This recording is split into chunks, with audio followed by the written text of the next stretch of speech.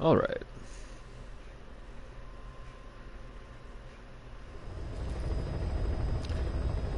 Why am I still covered in blood on this game? That's crazy.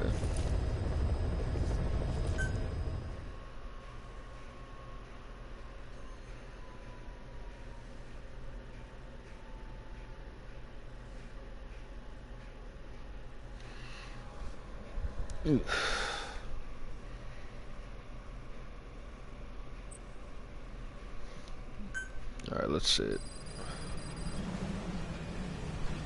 Even with Skullface dead, What's up, Ryan? How you doing? is still right with us. We need more strength. We need more men. Diamond Dogs needs to be bigger. Missions Bigger. We still have a long road ahead of us. So, I'm literally at the start of the second chapter of this game. It's looking fucking great. Big Boss is watching you. So, my left stick is fucking scuffed, and apparently it's scuffed on this game, too. That's great. I guess it's not too scuffed. No, it's definitely fucking scuffed. I don't know why it's fucking scuffed, but it's fucking scuffed. It's gonna be a fun time. That's great. No, it's really fucking weird. Some games, I just feel like they don't have, like, the right dead zone settings. Let's see. Can I even change that?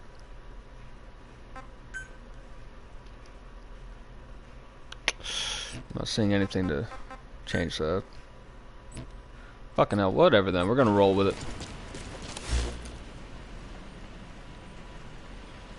Oh, that's gonna be great.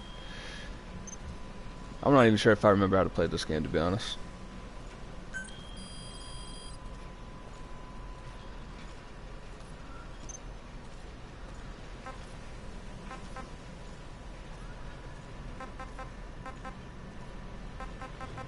Pretty sure I don't really need anything developed.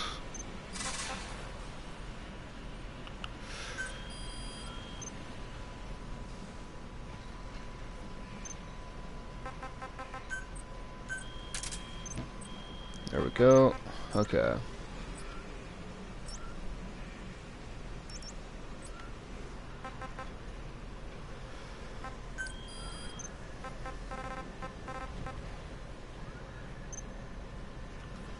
Okay, so we ain't even gotta do that. Okay.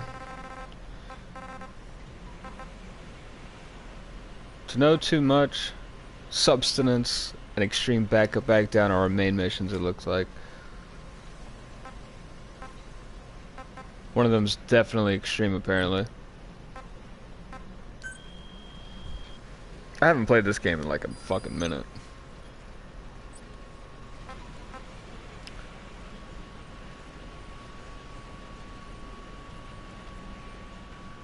A summit from a mountainous South American nation, a drug cartel based in the nation has been expanding its forces and is now big enough to threaten the government, conduct a search and destroy operation, and disrupt the cartel's drug distribution network.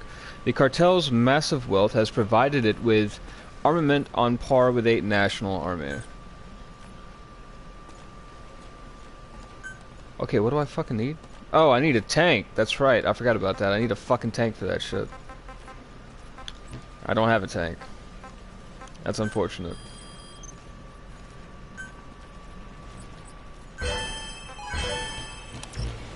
God damn it. Okay. We got some new cassette tapes as well. Holy shit.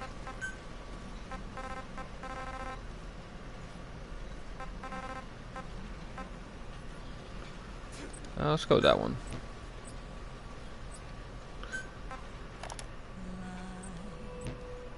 I didn't want to do that. Swear to God, when you switch games, all the buttons are so fucking weird. Emmerich didn't go with depleted uranium for Sahelanthropus' armor because of its strength. He had nukes in mind. Exactly. It's meant to use its body as the fuel component for a nuclear weapon. Sahelanthropus uses built-in uranium enrichment archaea to melt its own body and extract uranium-235 from the depleted uranium in its armor. Those archaea perform the enrichment in an extremely short time. The concentration jumps by a factor of several hundred, from 0.2% to over 90%. The end result being highly enriched weapons-grade uranium. Sahelanthropus's body itself becomes a nuclear bomb. Emmerich says if it were to self-destruct, the nuclear yield would be somewhere in the region of 15 kilotons. Since you need about 50 kilograms of highly enriched uranium to trigger a nuclear reaction, that would mean Sahelanthropus contains something like 23 tons of depleted uranium. That's not very much. No, it isn't. That's about what you'd expect to find in a main battle tank's armor. The point is, it can be transported anywhere, even use its conventional weaponry on the battlefield, and the international community will never suspect a thing. Okay, that's kind of fucking wild when you think about it. So, Sahelanthropus was definitely the last guy that I fought. I definitely remember that. A giant bipedal fucking nuclear weapon type shit, I guess. But the idea that this motherfucker turns himself into a nuclear fucking weapon. What the shit, man? I just received word from the R&D team and the transport team out of Afghanistan. They finished installing Sahelanthropus on the base. It's ours now. All right. Don't let any of the staff touch that thing. Especially Emmerich. Of course. That guy's crush on Sahelanthropus is beyond a joke. Guess he really wants to see his tech stand on its own two legs this time. That's not gonna happen. I know it. So you've got no plans to make it operational again? Damn right. Boss, I want to hear it straight from you. Hear what? What the hell do you want with that thing? The drive is busted. It's not like it has a nuke on board. Even if the metallic archaea could turn it into a nuclear weapon, all it can do is self-destruct. Sahelanthropus just isn't a weapon anymore. It'll draw unwanted attention without even being a deterrent. I know. The weapon's development strut sank 2 feet under that thing's weight. That's 1 year's drop in a single night. We've started on reinforcing the strut, but there's no guarantee it'll hold up if a storm hits. I know that too. Boss, why keep it? It's a mark. Us Diamond Dogs, we don't have a country to call home. That means we have no past, nothing to prove that we lived. Every one of us threw it all away when we came here. Sahelanthropus is a symbol to show that the likes of us brought at least one crisis to its end. A mark in history. So we can't just fade away. It's of no practical use to us. But we still need it. A symbol of what we've done. I'm glad I sounded you out on this. Snake, on behalf of all of us, I want to thank you. I don't need gratitude. I need security. Keep Emmerich away from that thing. Roger that. It's a giant fucking trophy. I think you can actually see Sahelanthropus, now that I think about it. It's on one of these damn platforms. My left stick is so fucking scuffed, and I really don't even know why. Got major fucking stick drift.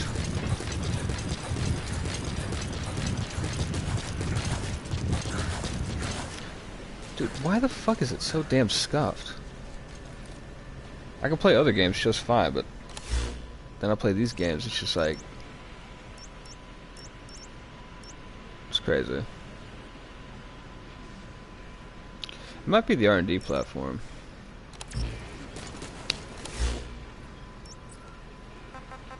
Alright, let's listen to these other ones.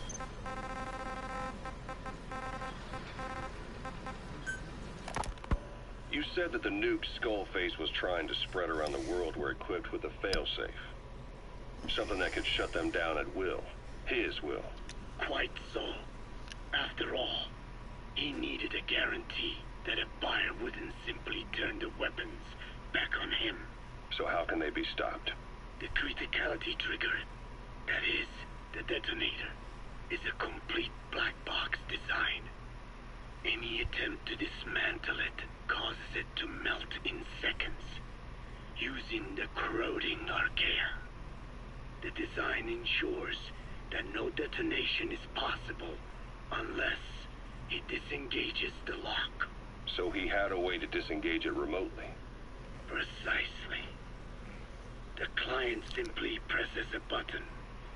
At that moment, the detonator begins transmission with a surveillance satellite. The satellite reports to him how the client is trying to use the nuke. If he does not object, the lock is disengaged. but if it's a risk to him in any way... The detonator melts down. The same is true if detonation does not occur within a preset time after the lock is disengaged. The nuke is rendered useless. Who the hell would buy something with strings attached like that? The client would never know until the moment they actually tried to use it. Most likely, he would have explained the time delay as the detonators needing time to activate. And he only intended to sell to technologically primitive groups in the first place. Let me guess. He'd claim it was defective and offer a replacement. Shadier than a used car salesman. Skullface shakes your hand like a friend, using the other to control you like a puppet. This is how he works. Damn, that's wild. So, with my left stick being scuffed, I might try playing Assassin's Creed, because I don't think it'll be as scuffed on there. We could at least try it. I'm at least going to finish these cassette tapes, because this is some interesting stuff. Code Talker. Haven't seen you eat a single thing since you got here. Let me guess. Photosynthesis? Oh? What makes you say that? Well, a long time ago, I knew someone with a similar ability. Well, you are correct. Most of my body is covered with parasites. I supply them with water, and in return, I receive sugars they produce when exposed to light. It isn't just my skin either. The parasites also act as my eyes. They have replaced many of my internal organs as well. It is thanks to them that I live on after over a century. How did you obtain them anyway? Through your research? I would like to say as much, but there is more to it than that. Let me take you back 20 years. I had hit a dead end with my parasite research. Then I was approached by a foundation.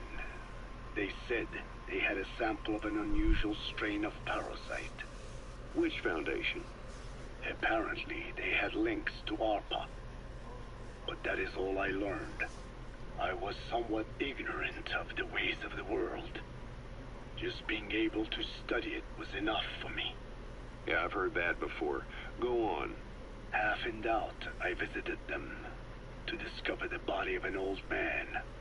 Well, to be precise, his partial remains. A collection of parts, you could say. The man had died in an explosion. An old man, you say? His flesh had not decomposed. In fact, the tissue's cells were still metabolizing.